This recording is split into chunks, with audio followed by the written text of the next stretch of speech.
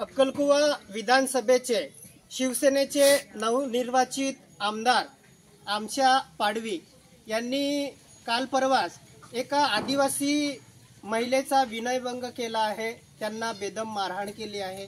त्यांच्या नातेवाईकांना आमच्या पाडवी व त्यांच्या काही कार्यकर्त्यांनी बेदम मारहाण केली आहे असा आरोप झालेला आहे। या घटनेचा आम्ही आमच्या बिरसा फायटर संघटनेतर्फे जाहीर निषेध व्यक्त करतो।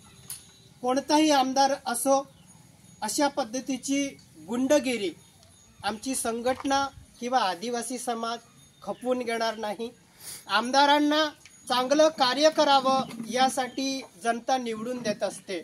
आमच्या पाडवी काल परवाच पैसे वाटून आमदार झालेला आहे आणि पैसे वाटून आमदार झाल्यानंतर आतापासूनच त्यांनी जनतेला मारहाण करायला सुरुवात केलेली आहे।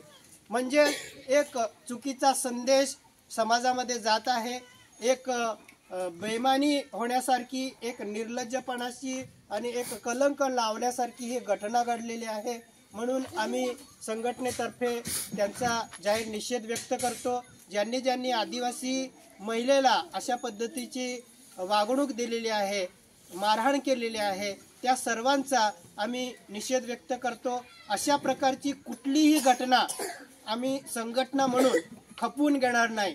मग तो आमदार असो, खासदार असो, मंत्री असो, मग तो कोणत्याही पार्टीचा असो, त्या पार्टीच्या अशा पद्धतीच्या कृत्य करणाऱ्या व्यक्तीला आम्ही माफ करणार नाही, समाज माफ करणार नाही।